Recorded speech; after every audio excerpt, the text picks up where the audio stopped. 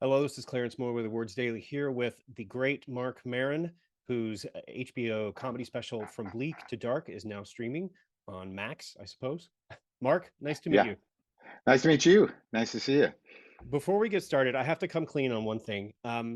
Back pre-pandemic, I was afforded the opportunity to go to cover the Academy Awards Mm. in February of 2020. And I was also in attendance at the Indie Spirit Awards and stood next to you. And I was too chicken shit to say hello. But anyway, we've gotten to speak now. I'm weird about talking to celebs because I don't want to bother people when they're just like standing around having a good time. And you were with Lynn at the time. Um, and At both then of those, I think I was at the Indie Spirit Awards, right? We were up for an editing award for Sword of Trust. right, I think it was that.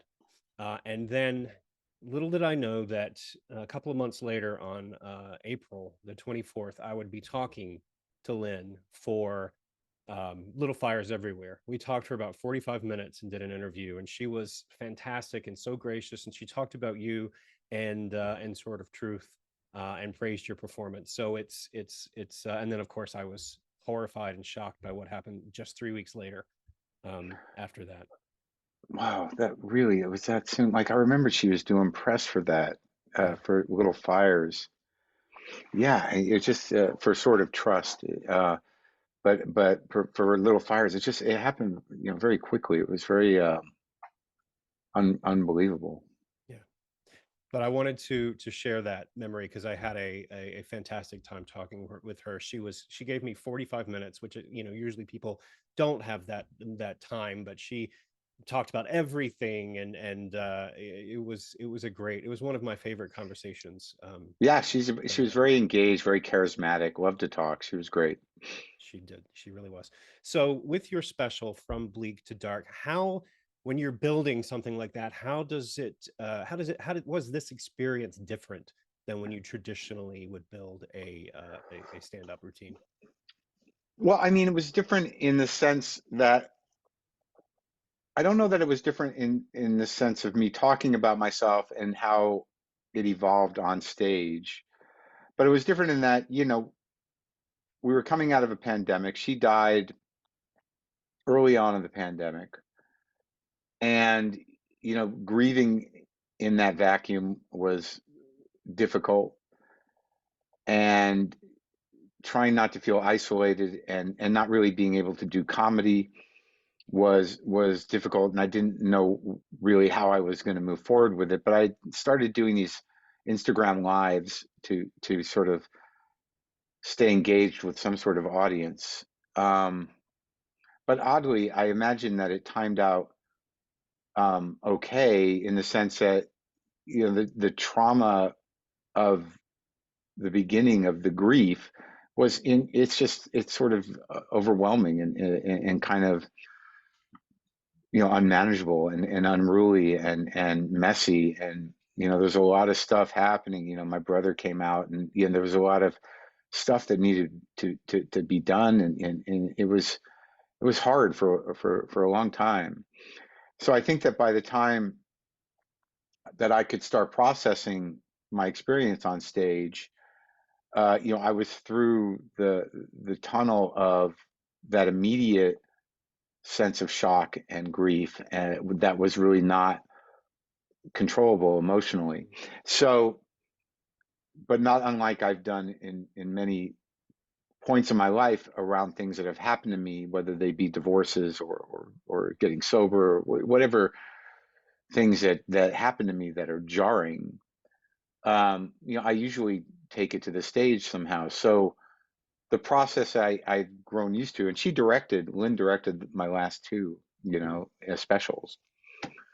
So we had become very good at working together around that stuff, and her understanding of how I work was part of a creative partnership as well.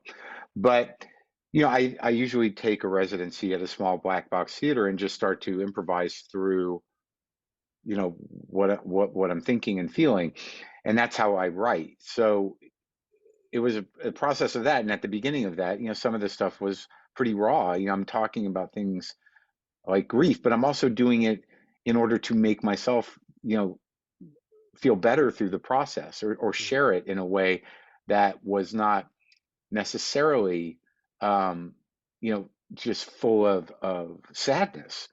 Because it's like my comedy has always been on the edge of that, of sadness and panic and fear and that kind of stuff. But I didn't know how to do it. So a lot of that early process of workshopping, some of it was just, it got pretty sad. It took a lot of time to kind of, figure out a way through it. And I don't mind that. And I've done it that way before. So over time, I got an hour or so, hour and a half of stuff going, and I toured with it for a long time. I worked on this material longer than usual, a little bit, but usually to build a special, it takes about a year and a half, I think, for me to do it right.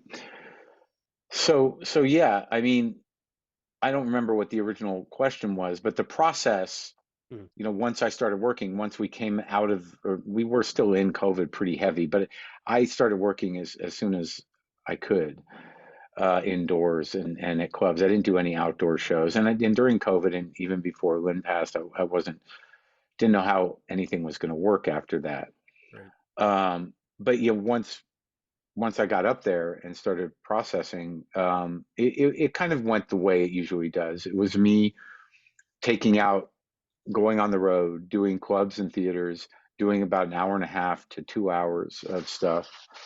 And then, coming closer to the special, sometimes within a week. I kind of wait on this. It's an odd thing.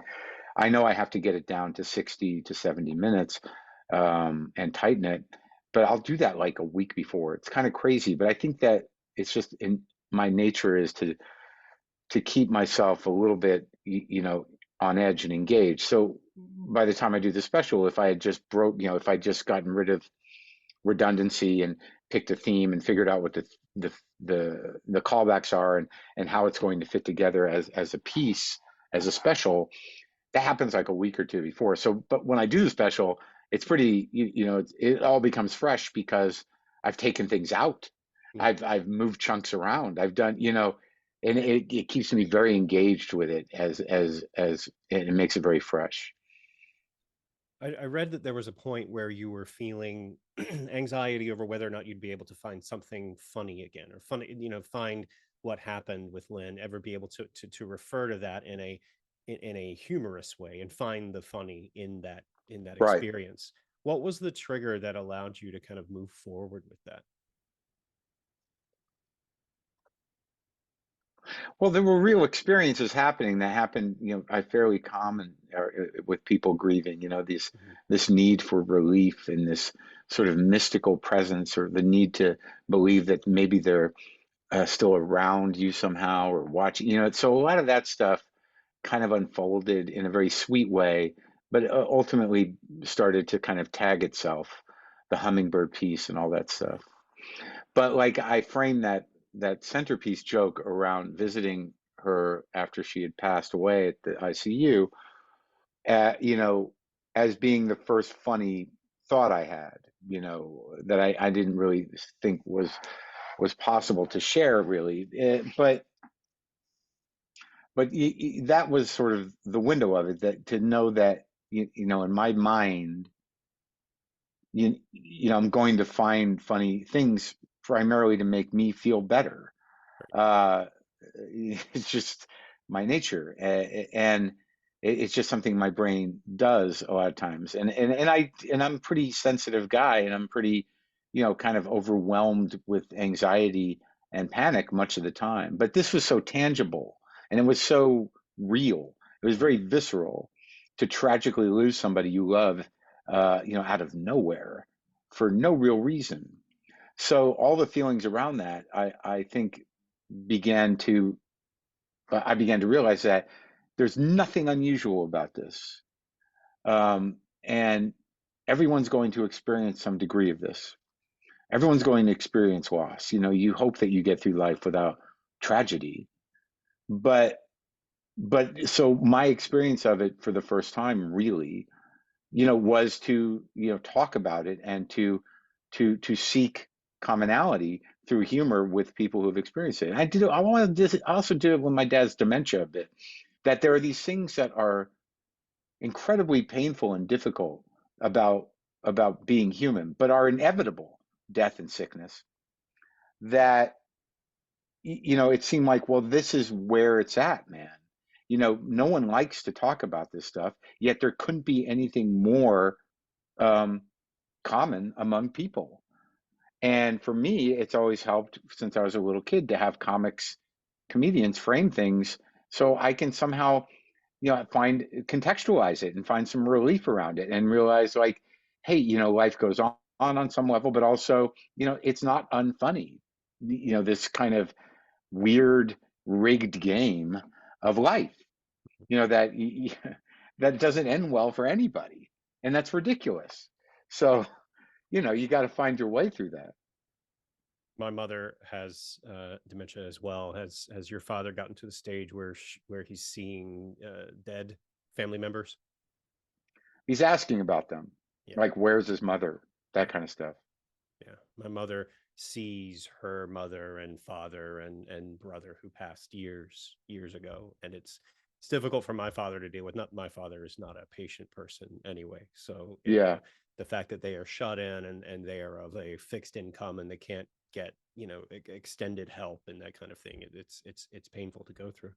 yeah. Um, My father's like he doesn't want it. He's still conscious yeah, enough and full of the beans enough. Like his wife is taking care of him still, and it's like a horrendous load. But yeah. she seems to be bearing it, and but he won't. He won't. She just they don't have help. I've offered to pay for in-home care of whatever it's just so she could have some time. But they don't want it. And he won't allow it, and I don't know. She's convinced that he won't be able to deal with it. So it's just this waiting game, for them to sort of detach entirely, I guess. Mhm. As I watched your special again, it kind of felt you talked about grief here just now, but watching the special, it kind of feels almost like a revelation that people don't really talk about grief at all in any kind of way, and it is a universal emotion that everyone feels at some point in their life. Why do you think people want to avoid it? Because it reminds them that they're going to die. I guess so. I mean, we spend most of our life trying to avoid that. The entire, capitalist system is based on keeping us, buying new things to avoid mortality, I don't know. It's just Every time I turn on the news, I'm like, how much time have I got left? Because this is horrible, right. I bleak, mean, it dark. just, yeah, exactly. It's a funny story where that title comes from, but um, yeah, I just think that I believe that it's something that people are equipped to deal with, and that's something I learned. And it doesn't take that much to be in it. It is as normal as any other human thing. I think that we've sort of like not vilified death, but we've somehow or another, as a culture, have pushed aside the sick and aging and dying, to where it doesn't sort of have a part of the culture. And and that's probably to our detriment, not unlike many things. Um, because I think it makes death strange, and there's nothing more you know normal than death, but it's terrifying. I mean, the whole thing. It's these never-ending, age-old questions about what happens. I want it to be quick, however you feel about it, but to really sit in the to accept death is for me, and I think for most people, to really, be comfortable with the idea of death is no easy task, and it's not made any easier by avoiding it. So I imagine it's really about death consciousness is why it's not talked about or part of cultural conversation or part of our lives, really. Yeah. So I was doing some research and I was reading through reviews of your special from back in February, and one, I think it was from Vulture, but one said a quote that I wanted to read. You had a fundamentally loving and even tender worldview. Um, does that surprise you that they said that about the special, considering so often, people accuse you of being cynical or having a large, finding humor in cynicism? Yeah, I don't know. Like, I never saw myself as cynical. I've always felt I was very objective, and people find that funny. But I think that, as I get older, and certainly with people who know me personally, the people that are in my lives, in my life definitely know that, I'm a fairly, you know, I'm a pretty sensitive guy, and I definitely show up for the people I love, and I'm giving by nature, to people who, I'm not some, hardened, cynical lunatic. But I like that review. It's by a woman, right? I think so. I don't, yeah, she did a good job. In terms of, like, sometimes I don't understand me until someone else does. But I think it's true because of the tone of the thing, in that, I'm going to take on this subject matter, but I'm handling it. I'm not up there freaking out. I'm taking on, big stuff, climate change, fascism, grief, living without kids, being emotionally hobbled, all this stuff. But, I think what's happened over the years is that my acceptance of things is genuine, and that grounds me in something other than panic. So I don't think I was ever cynical. I think I was freaked out, Hmm. and I'm scared, and I don't know what to do about a lot of things in terms of what's happening in the world. But I'm also older, and I've got a little more give, to who I am.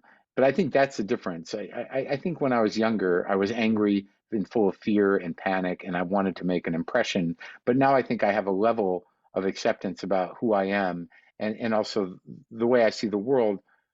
Uh, like I found with this special, and I think it changed my life a little bit, that if you're just frank about it, about the things we're all trying to avoid, or refusing to contextualize, certainly not comedically necessarily, but if you're just frank about it, it's relieving in some weird way. The idea that, like, this might be it, you know, whether it's personal or global, that's I think that's a pretty kind tone. Yeah. I'm sorry it's happening to all of us, but it's it's sad, but this might be it. Yeah. The So I open. appreciate that. I'm glad that comes through. I mean, Jesus, it took a long time. Yeah, definitely. But the openness, the honesty, the frankness, it's cathartic for you, I'm sure, and it's helpful for others as well. Watching it, really, it's relatable, Yeah, infinitely relatable, I would say. yeah, it's better than crying all the time. For sure, for sure. Although that's pretty Yeah. awesome sometimes too. Although maybe not when you're walking out in the front yard and yelling across the street to your neighbor and sobbing openly. Yeah, that that's that guy, he's still over there. that's great. I love that bit. What last question for you? What's your favorite bit in the special? What was your favorite piece? Well, landing that turn, after, visiting Lynn's, Hmm. body, was always sort of like, I never knew. Like, it took, like, that story, the sort of um choreography of that birth, turning my back, the pause, the language, the timing of it was tricky, because that story is devastating, Hmm. and I'm hanging everything to relieve the tension and the feelings of that on this one idea, this one line. So when that lands, it's pretty cathartic, like almost every time.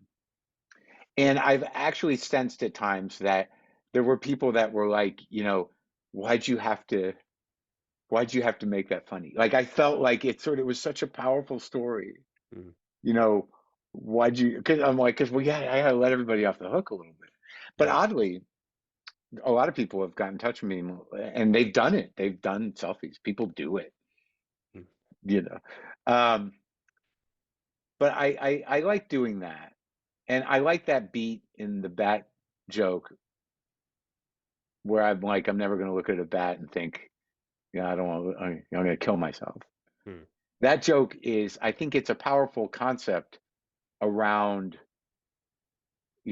what guns represent to an individual, but in gun ownership in general, which Right. which I don't necessarily have, huge issues with. I grew up in New Mexico, and my father was armed, but but switching that around, that the danger of having a gun in the house may be, to you, by you, and that turned in that bat joke I really like. Um, and also, like Angel Factories, I couldn't have been more excited about the idea of that. That Like I is literally was like, I have to get this on record. This is such a great, um, I don't even know what you'd call it. It's not an, it's a metaphor, is it? I don't know what it is. But when I came up with that, I had it like some, when you are in the world that I am, in terms of, there's only a few comics that do what I do in terms of tone, and in terms of having the guts to do it. So like when I come up with something like that, I got to reach out to Doug Stanhope. I got to reach out to Dave Attell, and I'm like, have you heard anything like this Angel Factory thing? Is any, and like I check it through with two or three guys, and I'm like, all right, well, it's mine until I just got to get it on tape, man. got to get it out there before they do at that Well, point. before it just surfaces, because Yeah. there's so many of us. Yeah. Well, this has been an honor for me to talk to you. I have loved your stand up. I think that you've made this into an art form. And I have loved your podcast for years. You're living the life that I want to live. So Oh, well, thank you, man. you're I appreciate that, and I hope, take care of yourself. Hope everything goes as good as possible with your mom.